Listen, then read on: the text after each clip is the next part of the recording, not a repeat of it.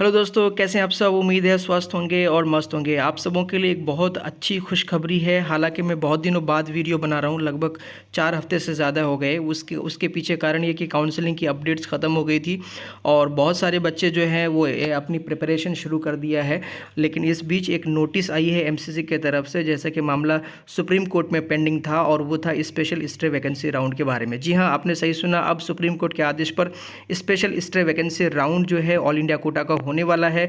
आज ही की नोटिस है, तो आइए पहले देखते हैं नोटिस में क्या लिखा हुआ है।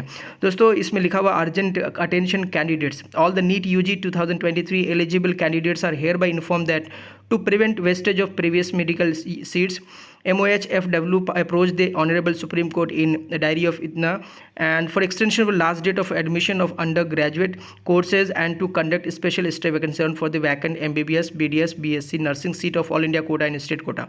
It is pertinent to mention that this special stay vacancy round will be the last round for undergraduate courses for this academic year, that is to 2023. The details of the vacant all India quota seats are available on MCC website. Candidates may contact state counseling authorities for vacant state quota seats. जी हाँ दोस्तों, यहाँ पे सीधा सीधा दोस्तों MCC की तरफ से ये बिल्कुल स्पष्ट किया गया है सुप्रीम कोर्ट के सामने कि चूंकि जो नीट की सीटें हैं कुछ बेकार हो जाती इस बार, इसीलिए ऑनरेबल सुप्रीम कोर्ट से ये इजाज़त मांगी गई है कि special stay vacancy round conduct किया जाए और उसके बारे में सीट मैट्रिक्स जो है वो एमसीसी ने अपने वेबसाइट पे जारी कर दिया है। लास्ट में हम बात करेंगे कि कितनी सीटें बची हुई है, कितने सेट मैट्रिक्स है और साथ ही कट ऑफ क्या जा सकती है, ये भी इंपॉर्टेंट बात है। दोस्तों, इस दौरान जबकि बहुत सारे लोगों ने प्रिपरेशन शुरू कर दिया है, ऐसे में एक न्यूज़ आना एक तरीके से आप सबों के लिए अच्छी है, लाइफलाइन, खास करके उन बॉर्डर लाइन बच्चों को। तो आइए बेसिकली पूरी डिटेल में देखते हैं कि क्या कंडीशन है और किस तरह से आपको रजिस्ट्रेशन करना है।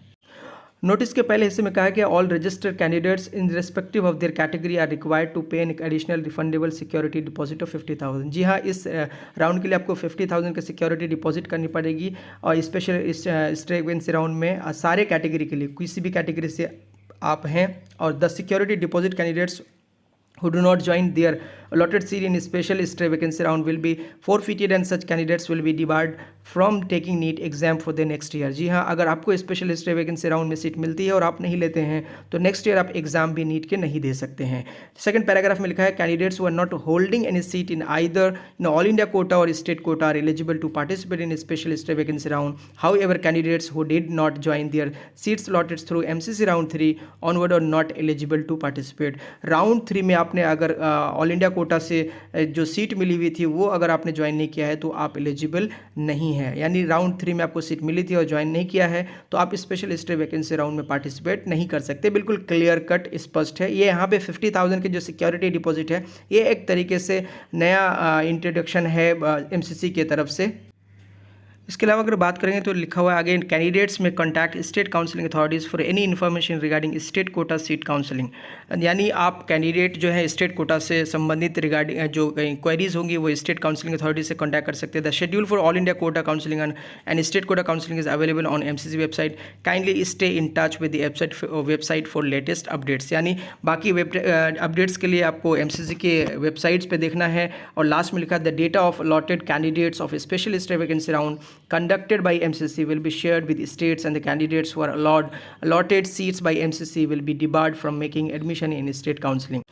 स्पष्ट है कि जाहिर है आपको स्पेशल स्टे वैकेंसी राउंड में अगर सीट मिलती है और आप स्टेट कोटा में पार्टिसिपेट करना चाहते हैं उस सीट को छोड़ करके, तो ऐसा आप नहीं कर सकते हैं। तो कुल मिला के एक लास्ट चांस है उन लोगों के लिए जो कि लास्ट बॉर्डर लाइन पे है और प्रिपरेशन भी शुरू कर दिया है, तो मस्ट पार्टिसिपेट और इसकी वजह से आपको जो है एक आपकी ज़िंदगी का 1 साल बच सकता है। अब आइए शेड्यूल पर नज़र देखते हैं, फिर हम कट ऑफ की बात करें। दोस्तों, शेड्यूल की बात करेंगे तो आप देखिए आज है 31 अक्टूबर 2023। इसी तरह से आज ही से रजिस्ट्रेशन आप कर सकते हैं 5 नवंबर तक।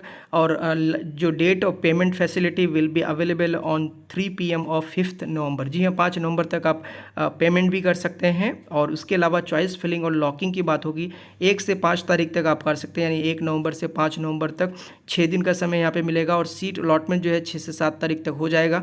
यानी 5, 6 और 6, 7 में सीट अलॉटमेंट होने के बाद जो रिज़ल्ट होगा जारी वो 7 ऑफ नवंबर को ही हो जाएगा, क्योंकि और कोई काउंसलिंग की प्रोसेस बची नहीं है। तो बहुत जल्दी जल्दी ये जो आपका सीट लोकेशन है वो कर दिया जाएगा।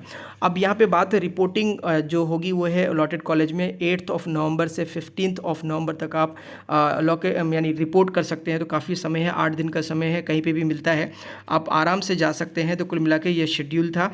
अब अगर दोस्तों बात करें कट ऑफ की बारे में, तो चूँकि जो बॉर्डर लाइन पे जितने भी बच्चे लोग हैं 23,000, 24,000, 25,000 वाले, उन सबको पार्टिसिपेट ज़रूर करना चाहिए। स्पेशली मैं बोलता हूँ 24,000 तक आपको जो सीट है वो लगभग सेफ़ है। और सीट मैट्रिक्स मैं बताना भूल गया आपको, मैट्रिक्स भी आ गई है, उसमें आप देखोगे कैलकुलेशन करके लगभग तो 60 सीट के अराउंड में आपको MBBS के लिए मिल जाएगा। इसके अलावा भी बहुत सारी सीटें हैं, यानी NRI कोटा के लिए और साथ में जो नर्सिंग वगैरह BDS के लिए है, लेकिन आपके MBBS के लिए जो है मोटा मोटी लगभग आप देखेंगे तो 60 सीटें अवेलेबल है। तो काफ़ी सीटें हैं और अच्छे अच्छे कॉलेजेस में हैं। तो जिसकी भी रैंक जो है वो 24,000 तक है, 24,200 तक, 500 तक भी है, ज़रूर पार्टिसिपेट कीजिए। चूँकि सिक्योरिटी जो है वो रिफंडेबल है, तो इसमें घबराने की बात नहीं है। अगर आपको सीट अलॉट नहीं होती है तो जो सिक्योरिटी मनी है वो आपको रिफ़ंड कर दी जाएगी। तो दोस्तों ये बहुत ही अच्छी खुशखबरी एक तरह से आपके लिए।